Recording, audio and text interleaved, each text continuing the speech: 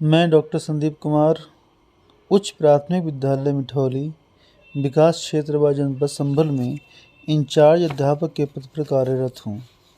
काफ़ी समय से मेरा विचार था कि एक पुस्तक जो जिलाधिकारी महोदय द्वारा जिसका बार बार जिक्र किया जाता है, दिवा स्वप्न, जो कि गिजू भाई बधेका द्वारा लिखी गई है और ये मूलतः गुजराती भाषा में 1932 में प्रकाशित की गई। इसका अनुवाद काशीनाथ त्रिवेदी जी ने हिंदी में किया है। ये प्रस्तुत पुस्तक अति महत्वपूर्ण है और बच्चों की शिक्षा से सीधे सीधे संबंधित है। शिक्षण विधियाँ, ऐसी शिक्षण विधियाँ जो अत्यधिक कारगर सिद्ध हुई, एक प्रयोग इसमें किया गया है, काल्पनिक कथा को जोड़ा गया है, जिसमें कि एक स्कूल में प्रयोग करने हेतु तो किसी कक्षा का सिलेक्शन किया जाता है और वहाँ पर परंपरागत पद्धतियों से हटकर नई शिक्षण विधियों का प्रयोग करके शिक्षा को किस प्रकार से प्रभावशाली बनाया जा सकता है, इसकी एक नज़ीर है और निश्चित रूप से ये पुस्तक सभी को पढ़नी चाहिए। इसी के दृष्टिगत मुझे विचार आया कि क्यों ना इस पुस्तक का एक ऑडियो क्लिप बना करके इसको ऑडियो के रूप में भी सबके समक्ष जो प्रस्तुत किया जा सकता है। अगर ये संभव हो सका तो बहुत बेहतर है। तो इसकी एक ऑडियो क्लिप्स मैं तैयार कर रहा हूँ। जो मुख्य मुख्य अंश हैं पुस्तक के, जो लोग पूरी बुक नहीं पढ़ पाए हैं, वे मुख्य अंशों के द्वारा भी एक सारांश के रूप में इसको ग्रहण कर सकते हैं और ये जान सकते हैं कि कितनी महत्वपूर्ण ये हमारे लिए है। विशेष रूप से बेसिक के स्कूल्स के लिए, जहाँ संसाधनों की कमी है, वहाँ एक अति आवश्यक मार्गदर्शन हमें ये पुस्तक प्रदान करती है। तो इसके प्रथम खंड से प्रारंभ करते हैं। इसमें होता ऐसा है कि जो लेखक है वो एक किसी बड़े शिक्षा अधिकारी के पास जाता है और कहता है कि भाई जी, मैंने जो है पढ़ा और सोचा तो बहुत कुछ, परंतु मुझे अनुभव नहीं है। मैंने सोचा मुझे स्वयं अनुभव भी करना चाहिए, तभी मेरे विचार पक्के बनेंगे, तभी ये मालूम होगा कि मेरी आज की कल्पना में कितनी सच्चाई है और कितना खोखलापन। मैं शिक्षा विभाग के बड़े अधिकारी के पास गया और उनसे प्रार्थना की कि वह मुझे प्राथमिक पाठशाला की कक्षा सौंप दें। अधिकारी जरा हंसे और बोले, रहने भी दो भाई, ये काम तुमसे नहीं होगा। लड़कों को पढ़ाना, सो भी प्राथमिक पाठशाला के लड़कों को, ऐसे काम में एड़ी चोटी का जोर लगाना पड़ता है। तुम ठहरे लेखक और विचारक, मेज कुर्सी पर बैठकर लेख लिखना सरल है और कल्पना में पढ़ा लेना भी सहज है। कठिन है प्रत्यक्ष काम करना और फिर उसे सिरे लगाना। मैंने कहा, इसलिए तो मैं स्वयं अनुभव करना चाहता हूँ, अपनी कल्पना में मुझे वास्तविकता लानी है। अधिकारी, अच्छा, यदि तुम्हारा आग्रह है तो खुशी से 1 साल तक अनुभव करो। प्राथमिक पाठशाला की 4ठी कक्षा में तुम्हें सौंपता हूँ। ये उसका पाठ्यक्रम है, ये उसमें चलने वाली कुछ पाठ्य पुस्तकें हैं, ये शिक्षा विभाग की छुट्टी की आदि कुछ नियम हैं। मैंने आदर की दृष्टि से उन सब चीज़ों को देखा, पाठ्यक्रम हाथ में लेकर जेब में रखा और पाठ्य पुस्तकों को एक डोरी से बांधने लगा। साहब ने कहा, देखो, जैसे चाहें वैसे प्रयोग करने की स्वतंत्रता तुम्हें है, इसके लिए तुम आई हो, लेकिन ये भी बात ध्यान रखना कि 12वें महीने में परीक्षा सामने खड़ी होगी और तुम्हारा काम परीक्षा के परिणामों से मापा जाएगा। मैंने कहा, कबूल है, लेकिन मेरी एक विनती है, परीक्षक आप स्वयं ही रहिएगा, आप स्वयं ही को मेरे काम का अंदाज़ा लगाना होगा। प्रयोग करने की स्वतंत्रता आप दे रहे हैं तो आप ही को अपना काम दिखाकर मैं संतोष भी मानूंगा। मेरी सफलता और असफलता के कारण आप ही समझ सकेंगे। अधिकारी महोदय ने हंसकर स्वीकृति सूचक सिर हिलाया और मैं कार्यालय से बाहर निकल आया। आगे दूसरे चित्र में प्रस्तुत है कि मैं सारा पाठ्यक्रम देख चुका था। मुझे विश्वास हो गया था कि कई बदलाव करने होंगे। पाठ्य पुस्तकों को भी मैं एक नज़र में देख गया। उनके गुण दोष आगे के आंखों के सामने तैरने लगे। क्या क्या सुधार हो सकेंगे, सो भी मैंने सोच लिया। परीक्षा और उसके परिणाम के दिन की भी मैंने कल्पना कर ली और विचारों ही विचारों में रात के 2 बज गए, पता ही नहीं चला। आखिर अगले दिन के कार्यक्रम को कागज़ पर लिखने के बाद 3 बजते बजते मैं सो गया। सवेरा हुआ, उत्साह था, श्रद्धा थी, वेग था। नहा धोकर अल्पाहार करके मैं ठीक समय पर 3रे नंबर की पाठशाला में जा पहुंचा। अभी शाला खुली नहीं थी, हमारे प्रधान अध्यापक भी नहीं आए थे। चपरासी उनके घर चाबी लेने गया था। लड़कों का आना जाना शुरू था और सड़क पर उनकी दौड़ धूप मची हुई थी।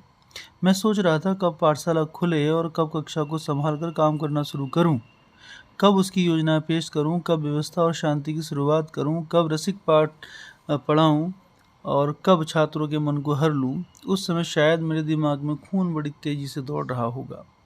घंटी बजी, लड़के कक्षा में आ बैठे। प्रधान अध्यापक ने मेरे साथ आकर मुझे कक्षा दिखाई और लड़कों से कहा, देखो ये महाशय लक्ष्मी शंकर आज से तुम्हारे शिक्षक हैं। ये जैसा कहें वैसा ही करना, इनकी आज्ञा मानना और देखो कोई उधम मत मचाना। प्रधान अध्यापक बोल रहे थे और इधर मैं अपने अगले 12 महीने के साथियों को अपने सामने देख रहा था। कोई मुस्कुराया, किसी ने तिरछी निगाह करके आंख मारी, किसी ने ऐंठ के साथ सिर हिलाया। कुछ मुझे आश्चर्य और मजाक की नज़र से देखते रहे और कुछ भौचक्के खड़े रहे। मैंने देखा कि इन लड़कों को मुझे पढ़ाना था। इन मस्खरे, ऊधमी, ऐंठबाज और विचित्र लड़कों को। मन थोड़ा डर गया, छाती भी धड़क गई, लेकिन फिर सोचा परवाह नहीं, धीरे धीरे सब देख लूँगा। मैं रात नोट की हुई बातें जेब से निकालकर देखने लगा। लिखा था, पहले शांति का खेल, फिर कक्षा की सफाई की जांच, फिर सहगान और फिर वार्तालाप आदि। मैंने लड़कों से कहा, आओ हम शांति का खेल खेलें। देखो मैं जब ओम शांति कहूँ तुम सब चुपचाप बैठ जाना, बराबर पालती मारकर बैठना, देखना कोई हिलना डुलना नहीं। फिर मैं खिड़कियाँ बंद करूँगा तो हर तरफ अंधेरा होगा, तुम सब शांत बने रहना। तुम्हें आसपास का कोलाहल सुनाई देगा, उसको सुनने में बड़ा मजा आएगा। मक्खियों की भिनभिनाहट सुनाई पड़ेगी, अपनी सांसों की आवाज़ भी सुनाई पड़ेगी। फिर मैं गाऊंगा और तुम चुपचाप सुनना। इतना कह चुकने के बाद मैंने शांति का खेल शुरू किया। मैं ओम शांति बोला, लेकिन लड़के तो धक्का मुक्की और बातों में लगे थे। 2-4 बार बोला, लेकिन मानो मेरी आवाज़ किसी को सुनाई ही न दी हो। मैं मन ही मन सकपकाया, ये कैसे कहता कि चुप रहो, गड़बड़ मत करो, तमाचा मारकर डराता भी कैसे। खैर मैं आगे बढ़ा, खिड़कियां बंद कर दी। अंधेरा हुआ और ध्यान चला। लड़कों में से कोई ओम ओम करने लगा, कोई हाउ हाउ करने लगा, कोई धम धम पैर पटकने लगा। इतने में एक ने ताली बजाई और सब ताली बजाने लगे। फिर कोई हंसा और हंसी उड़ने लगी। मैं खिसिया गया, मुंह फीका पड़ गया। मैंने खिड़कियां खोल दी और थोड़ी देर कमरे से बाहर जाकर वापस आया। सारी कक्षा ऊधम मचाने में लगी हुई थी। लड़के एक दूसरे से ओम शांति कह रहे थे। कुछ खड़े होकर, कुछ खुद ही खिड़कियां बंद कर रहे थे। मैंने सोचा मेरे सारे नोट्स बेकार हैं। घर में बैठे बैठे अटकलें लगाना और कल्पना में सहज पढ़ा लेना सहज था, लेकिन ये तो लोहे के चने चबाने जैसा कार्य है। जो अब तक कोलाहल और उधम में ही पले हैं, उनके सामने शांति का खेल अभी तो भैंस के सामने बीन बजाने के समान ही है। लेकिन चिंता नहीं, अच्छा ही हुआ कि पहले ही कौर में मक्खी आ गई। कल से अब नया काम शुरू करूँगा। मैं कक्षा में आया, लड़कों से कहा, आज अब और काम नहीं करेंगे, कल से अपना नया काम शुरू करेंगे। आज तो तुम सब छुट्टी मनाओ। छुट्टी शब्द सुनते ही लड़के हो करके कमरे से बाहर निकले और सारे स्कूल में खलबली मच गई। सारा वातावरण छुट्टी छुट्टी से गूंज उठा और लड़के छलांगे मारकर घर की ओर भागने लगे। दूसरे विद्यार्थी ताकते रह गए। ये क्या? प्रधानाध्यापक एकदम मेरे पास आए और जरा भौं तान कर बोले, आपने इन्हें छुट्टी कैसे दे दी? अभी 2 घंटे की देरी है। मैंने कहा, जी लड़कों की आज इच्छा नहीं थी, वे थोड़े अव्यवस्थित थे। शांति के खेल में मैंने ही महसूस किया। प्रधानाध्यापक ने कड़ी आवाज में कहा, लेकिन इस तरह आप बगैर मुझसे पूछे छुट्टी नहीं दे सकते। एक कक्षा के लड़के घर चले जाएंगे तो दूसरे पढ़ेंगे कैसे? आपके प्रयोग यहाँ नहीं चलने वाले। उन्होंने जरा रोश में आकर फिर कहा, अपनी ये इच्छा विच्छा रहने दीजिए। शांति का खेल तो मोंटेसरी शाला में होता है, यह प्राथमिक पाठशाला में चट तमाचा मारा और पट सब चुप हो गए। और फिर नियमानुसार सब पढ़ते पढ़ाते हैं, आप भी उसी तरह पढ़ाएंगे तो 12 महीने में कोई ना कोई परिणाम जरूर नजर आएगा। आज का दिन तो यूं ही गया और उल्लू बने सो अलग। मुझे अपने प्रधानाध्यापक पर दया आई। मैंने कहा, साहब तमाचा मारकर पढ़ाने का काम तो दूसरे सब कर ही रहे हैं और उसका फल भी मैं देख रहा हूँ कि लड़के बेहद असभ्य, जंगली, अशांत और अव्यवस्थित हो चुके हैं। मैंने तो ये भी देख लिया कि इन 4 वर्षों की शिक्षा में लड़कों ने मानो तालियां बजाना और हा हा हू करना ही सीखा हो। उन्हें अपनी पाठशाला से प्रेम तो है ही नहीं। छुट्टी का नाम लेते ही देखो कैसे उछलते कूदते भाग गए। प्रधानाध्यापक बोले, तो अब आप क्या करते हैं सो हम देख लेंगे। मैं धीमे पैरों और बैठे दिल से घर लौटा। लेटे लेटे मैं सोचने लगा, काम बेशक मुश्किल है, लेकिन इसी में ही मेरी सच्ची परीक्षा है। चिंता नहीं, हिम्मत नहीं हारनी चाहिए। इस तरह कहीं शांति का खेल होता है? मोंटेसरी पद्धति में इसके लिए शुरू से कितनी तालीम दी जाती है। मैं भी कितना मूर्ख हूँ जो पहले ही दिन से ही काम शुरू कर दिया। पहले मुझे उन लोगों से थोड़ा परिचय बढ़ाना चाहिए, मेरे लिए उनके दिल में कुछ प्रेम और रस पैदा होना चाहिए, तब कहीं जाकर भी मेरा कुछ कहना मानेंगे। जब पढ़ाई नहीं बल्कि छुट्टी प्यारी है, वहाँ काम करने के माने हैं भगीरथ का गंगा को लाना। दूसरे दिन के काम की बातें की गई और मैं सो गया। रात तो आज के और अगले दिन के काम के सपने देखने में बीत गई। तीसरा पृष्ठ। पाठशाला खुली और मैं कक्षा में गया। अगले दिन लड़के मुझे घेर कर खड़े हो गए और मौज में आकर मजाकिया तौर पर लड़के बिना डरे कहने लगे, मास्टर साहब आज भी छुट्टी दीजिएगा। मैंने कहा, हाँ छुट्टी ज़रूर दूंगा, लेकिन सारे दिन की नहीं, केवल 2 घंटों की। पहले ठहरो, मैं एक कहानी सुनाता हूँ, तुम सब सुनो, बाद में हम दूसरी बातें करेंगे।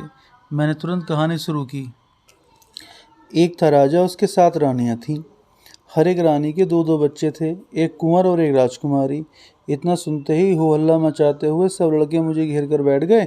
मैं कहानी कहते कहते जरा रुका और बोला, देखो सब अच्छी तरह बैठो, यूँ तो काम नहीं चलेगा।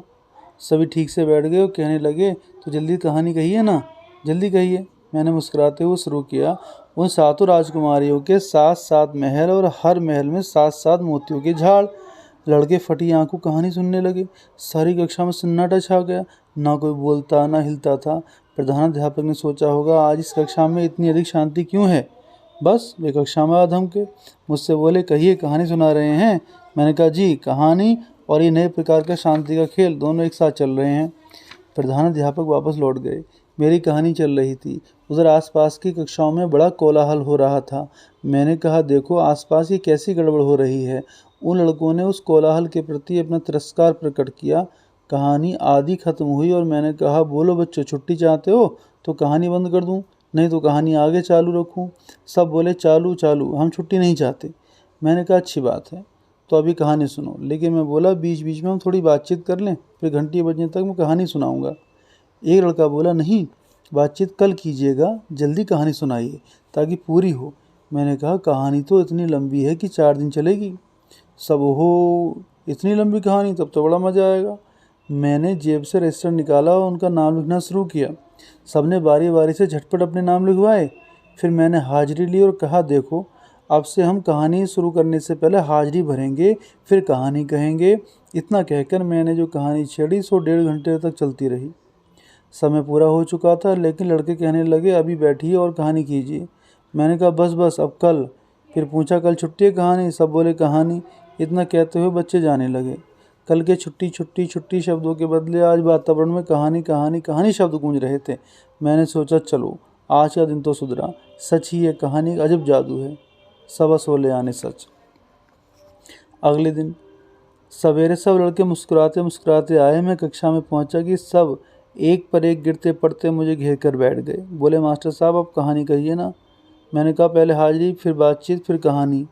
जेब से खड़िया का टुकड़ा निकालकर मैंने गोलाकार बनाया और कहा, देखो रोज़ इस पर आकर बैठना।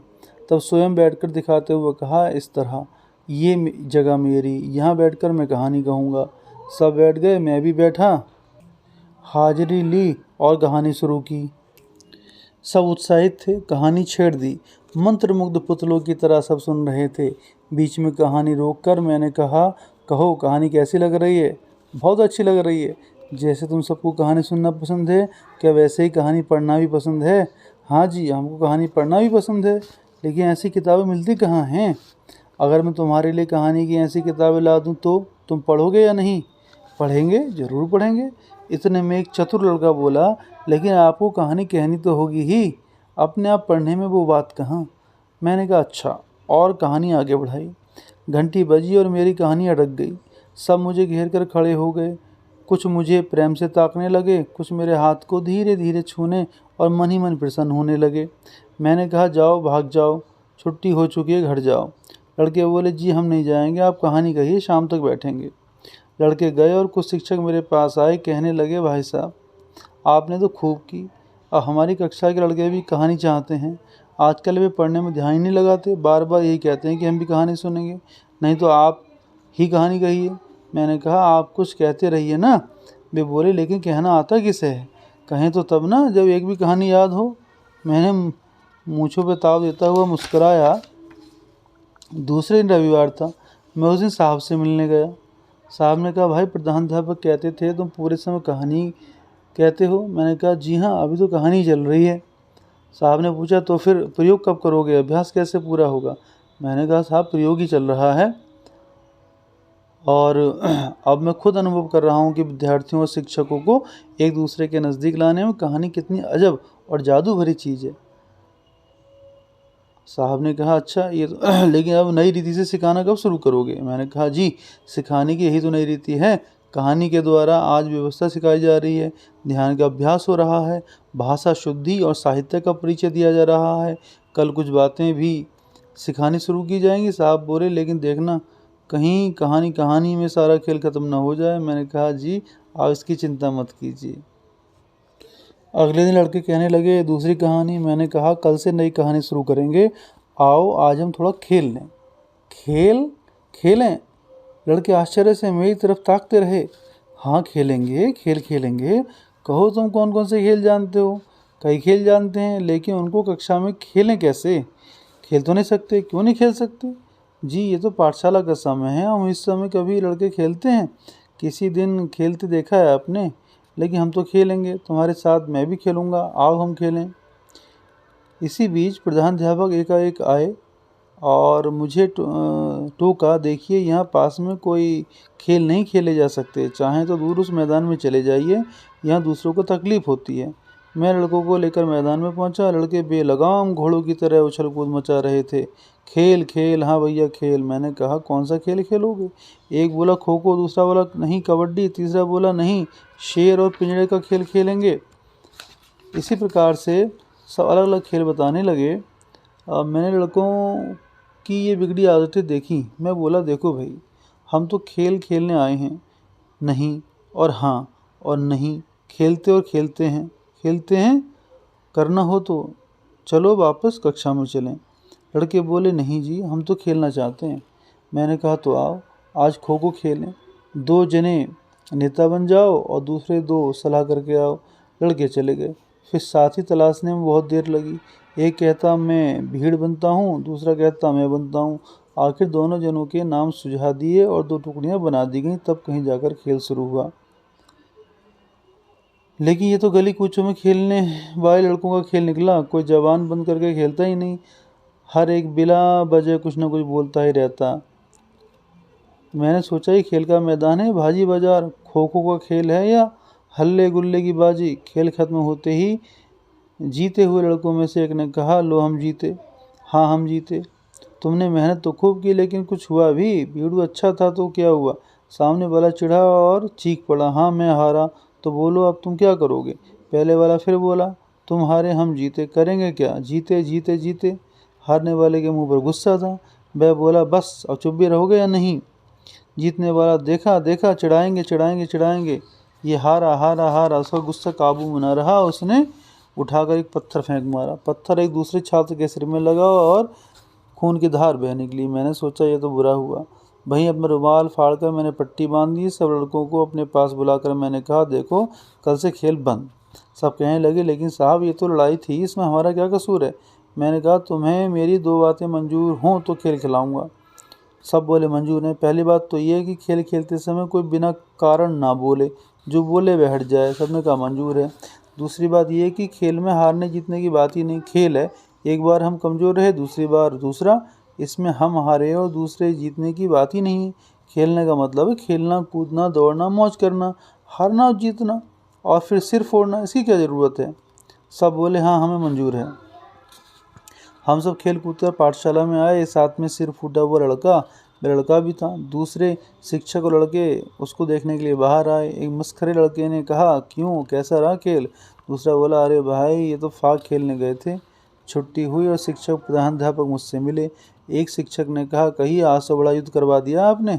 दूसरे शिक्षक बोले, अजी साहब ये खेल वेल आप रहने दीजिए, ये तो बंदर हैं बंदर। इन्हें तो शाला की 4 दीवारी के अंदर ही रखिए, रटाइए और पढ़ाइए। आप इनको आज़ाद कर देंगे तो सब एक दूसरे का सिर फोड़ देंगे। गलियों में रोज़ क्या होता है आप जानते नहीं। प्रधानाध्यापक बोले, मैं सोच ही रहा था कि आज जरूर कुछ घटेगा, लेकिन ठीक ही तो है, इन महाशय को एक बार अनुभव की जो आवश्यकता है, बिना उसके सहज चुप बैठेंगे नहीं। कई पाठशाला में भी खेल होते देखे हैं। मैंने कहा, साहब खेल ही तो पढ़ाई है। दुनिया की बड़ी बड़ी शक्तियाँ खेल के मैदान पर ही पैदा हुई। खेल का मतलब है अनुशासन। प्रधानाध्यापक बोले, तभी तो मारपीट हुई और सिर फूटा।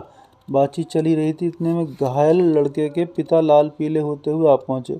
बोले, हमें ऐसी पढ़ाई की कोई जरूरत नहीं, देखिए ये सिर्फ फटा पड़ा है। कहाँ है प्रधानाध्यापक, किसने मारा इसे? मैंने कहा, देखिए वहाँ से लड़के खेलने गए थे, वहाँ आपस में लड़ पड़े और चोट लग गई। पिता ने कहा, तो उसको खेलने की इजाज़त किसने दी? पाठशाला में पढ़ाई होती है खेल? ये सारा दिन गली कूचों में खेल ही करते हैं। आप लड़के को पढ़ाना चाहते हो तो भेजो, नहीं तो बंद कर दूँ। मैं चुपचाप सुनता रहा। प्रधानाध्यापक बोले, भाई साहब सुनिए, ये महाशय हमारे नए शिक्षक हैं और पढ़ाई के नए नए प्रयोग करते हैं। आज इन्होंने खेल का एक प्रयोग किया था, ये सिर की चोट उसी का परिणाम है। लड़के के पिता बोले, मुझे आपके इन प्रयोगों की ज़रूरत नहीं। लड़के को अच्छी तरह पढ़ाना हो तो पढ़ाई, नहीं तो हटा लूँ। दूसरे सब शिक्षक मूँछों में मुस्कुरा रहे थे। ऐसी स्थिति में भला क्या बोलता। घर गया, खाना अच्छा नहीं लग रहा था। कमरे में जाकर बैठा, सोचने लगा, भाई ये तो एक बड़ी आफत हो गई। खैर, उन्हें खेल के नियम तो बताए ही हैं, और भी बताऊंगा। बाकी खेल तो खिलाने ही होंगे। मेरे विचार में तो खेल ही सच्ची पढ़ाई है। लेटे लेटे विचार आया, माँ बाप की एक आध सभा क्यों ना कर लूँ, उनको खेल का महत्व क्यों ना समझाऊँ। मैं उनसे स्वच्छता और व्यवस्था के बारे में सहयोग की प्रार्थना भी करूँ। वे लोग मदद नहीं करेंगे तो मैं अकेला कर ही क्या सकूँगा। क्या अपने बच्चों के लिए इतना भी नहीं कर सकते? हम शिक्षक लोग माँ बाप से सहयोग की प्रार्थना क्यों नहीं करते? ये दोस्त तो हमारा ही है, तो कल ही अभिभावकों की सभा बुला लेता हूँ। सभा बुलाई। 1 घंटे तक मैंने गंभीरतापूर्वक भाषण दिया। 7 सज्जनों में से एक को घर से बुलावा आ गया और चले गए। दूसरे दुविधा में फंसे मेरी बातें सुनते रहे। बातें सब महत्व की थीं, उनको समझाना बहुत ज़रूरी था। मैंने उन्हें सच्ची और झूठी पढ़ाई का भेद बड़ी बारीकी से समझाया। मैंने उन्हें बताया कि आध्यात्मिक उन्नति का स्वच्छता के साथ क्या संबंध है। लेकिन यहाँ तो चिकने घड़े पर पानी डालने वाली मिसाल थी। बेचारे 2-4 अभिभावक जो मारे शर्म के आ गए थे, वे भी घर जाने को उतावले हो रहे थे। भाषण खत्म होते ही सब चले गए। रह गए हम शिक्षक और हमारे अधिकारी। साहब ने जरा हंसकर कहा, लक्ष्मी शंकर जी, ये तो भैंस के आगे बीन बज गई। भाई तुम्हारा इस फिलॉसफी को समझता कौन है? पीछे से किसी शिक्षक ने धीमे से आवाज़ दी, अजी मूर्ख है मूर्ख। मुझे अच्छा तो नहीं लगा, लेकिन मैं जब्त कर गया। मैंने मन ही मन ये अनुभव भी किया कि अभी थोड़ा पठित मूर्ख तो ज़रूर हूँ। मैं भी तो नहीं जानता कि साधारण लोगों के सामने भाषण कैसे करना चाहिए। सब शिक्षक हंसते हंसते घर चले गए।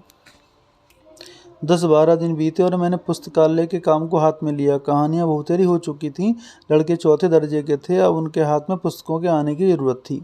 मैंने लड़कों से कहा, कल 4थी पुस्तक और इतिहास के दाम लेते आना, यहीं से सब प्रबंध कर लेंगे।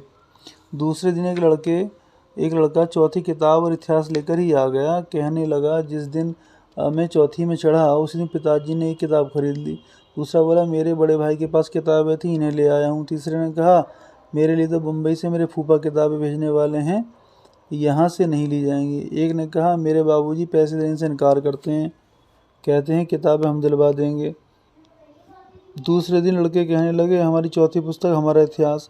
मैंने कहा, तुम्हारे पैसों से तो कहानी की नई किताबें लाया हूँ, तुम कहते ना थे कि तुम्हें कहानी का शौक़ है। लड़के बहुत खुश हुए अच्छे अच्छे रंगीन गत्तों और चित्रों वाली किताबें देखकर। मैंने कहा, हमारे पास तो सिर्फ 15 किताबें हैं, 15 जने पढ़ सकेंगे।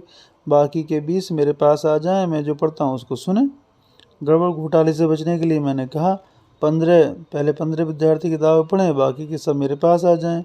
15 जनों ने जब 15 किताबें पढ़ ली और उन पर भूखे बाघ की तरह टूट पड़े। मैंने कहा, देखो एक किताब पढ़ चुके तो मेज पर ला कर रख दो, दूसरी वहाँ पढ़ी हो तो उठा ले आओ। इससे एक एक करके तुम सब किताबें पढ़ने को मिल जाएंगी। दूसरे को मैंने अपने पास बिठा लिया, आदर्श वाचन शुरू किया। मैं प्रफुल्ल भाव भंगिमा से सहित पढ़ने लगा, लेकिन उन 15 जनों के पढ़ने की आवाज़, उफ, जरा रुक रुक कर मैंने कहा, अरे भाई तुम सब मन में पढ़ो, हमें कुछ दिक्कत हो रही है। कुछ देर के लिए शोर कम तो हुआ, लेकिन उन्हें मूक वाचन की आदत नहीं थी। वे जोर से ही पढ़ा करते थे। कुछ देर धीमे पढ़कर वे फिर जोर से पढ़ने लगे। मैं उन्हें बरामदे में अलग अलग करके पढ़ने को कहा और मैं अंदर रहा। आदर्श वाचन खूब चला। कहानी रोचक थी, इसलिए सबने दिलचस्पी के साथ सुनी। घंटी बजने तक पुस्तक वाचन और आदर्श वाचन होते रहे और फिर हम सब घर की तरफ चल दिए।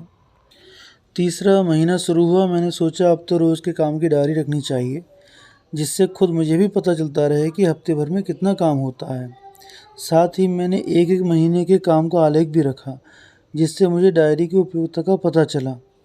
कहानी तो प्रतिदिन चलती ही थी, खेल भी खेले जाते थे, बीच बीच में बातचीत, आदर्श वाचन और छात्रों के शरीर का निरीक्षण भी हो जाता था। वाचनालय भी धीमी गति से आगे बढ़ ही रहा था।